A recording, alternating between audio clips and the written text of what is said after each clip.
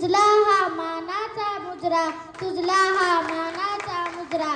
सन्माननीय व्यासपीठावरील सर्व मान्यवर गुरुजन वर्ग व माझ्या बालमित्रांनो, राजश्री शाहू महाराज हे विशाल मनाचा लोकराजा तसेच कोल्हापूर संस्थानाचे छत्रपती होते. त्यांचा जन्म 26 जून 1874 रोजी कागल येथील घाडगे घराण्यात झाला. त्यांचे पूर्ण नाव यशवंतराव जयसिंगराव घाडगे असे होते. त्यांच्या आईचे नाव राधाबाई होते. कोल्हापूर संस्थानाचे चौथे राजे शिवाजी यांच्या मृत्यूनंतर त्यांच्या पत्नी आनंदीबाई यांनी यशवंतला दत्तक घेतले आणि त्यांचे शाहू असे नामकरण केले. आता मी तुम्हाला शाहू महाराजांच्या जीवनातील एक प्रसंग सांगणार आहे.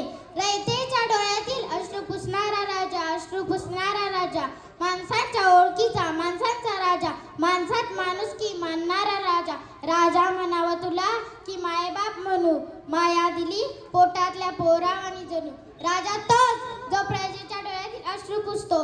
ही गोष्ट आहे कोल्हापूरच्या त्या राजाची ज्याने राजमुकुटापेक्षा माणुसकीला मोठे मानले. त्या राजाचे नाव राजश्री शाहू महाराज, राजश्री शाहू महाराज. एक सकाळ कोल्हापूरच्या राजवाड्यात सूर्यकिरणे पडली होती. दरबार भरला होता. अधिकारी, सरदार, मानकरी आपापल्या जागेवर बसले होते. तेवढ्यात दरबाराच्या दारातून एक वृद्ध शेतकरी आत आला. त्याचे कपडे फाटके होते, चेहऱ्यावर दुःख स्पष्ट दिसत होते. तो थरथरत्या आवाजात म्हणाला, महाराज, माझी जमीन बळकावली गेली आहे. मी गरीब आहे. माझे ऐकणारे कोणी नाही. संपूर्ण दरबार शांत झाला. शाहू महाराज सिंहासनावरून खाली उतरले आणि त्या वृद्धाला जवळ बसवले आणि म्हणाले, आज तू माझ्या दरबारात आला आहे. इथे गरीब श्रीमंत असा भेद नाही. इथे फक्त न्याय मिळतो. त्यांनी अधिकाऱ्यांना चौकशीचे आदेश दिले. काही दिवसांनी सत्य समोर आले. गावातील एका श्रीमंत जमीनदाराने खोटे कागद तयार करून त्या शेतकऱ्याची जमीन बळकावली होती. शाहू महाराजांनी तात्काळ निर्णय दिला, जमीन ताबडतोब त्या शेतकऱ्याला परत द्या आणि अन्याय करणाऱ्याला शिक्षा करा. त्या वृद्ध शेतकऱ्याच्या डोळ्यात अश्रू आले.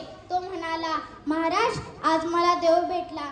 महाराज हसले. देव नाही बाबा, राजा म्हणून माझे हे कर्तव्य आहे. काही दिवसांनी महाराज साध्या वेशात शहरात फिरत होते. एका विहिरीजवळ मोठी गर्दी होती. एक लहान मुलगा रडत उभा होता. त्याची आई म्हणत होती, आम्हाला पाणी भरू देत नाहीत. आम्ही खालच्या जातीचे आहोत म्हणे. हे ऐकताच शाहू महाराजांच्या डोळ्यात वेदना उमटल्या. ते पुढे गेले. लोकांना विचारले, पाणी कुणाचे आहे? कोणीच उत्तर दिले नाही. देवाने पाऊस सर्वांसाठी दिला आहे. मग माणूस पाण्यावर हक्क कसा सांगू शकतो? सगळ्यांच्या मना खाली गेल्या. महाराजांनी स्वतः त्या स्त्रीच्या हातात घागर दिली. त्या दिवसापासून त्या गावात कोणालाही पाणी भरण्यास मनाई राहिली नाही.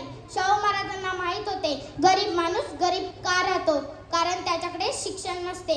म्हणून त्यांनी शाळा उघडल्या. विद्यार्थ्यांसाठी वसतिगृहे सुरू केली. गरीब मुलांना मोफत शिक्षण दिले. मुलींनाही शिकण्याची संधी दिली. ते म्हणत, शिक्षण म्हणजे माणसाच्या आयुष्याला उजेड देणारा दिवा.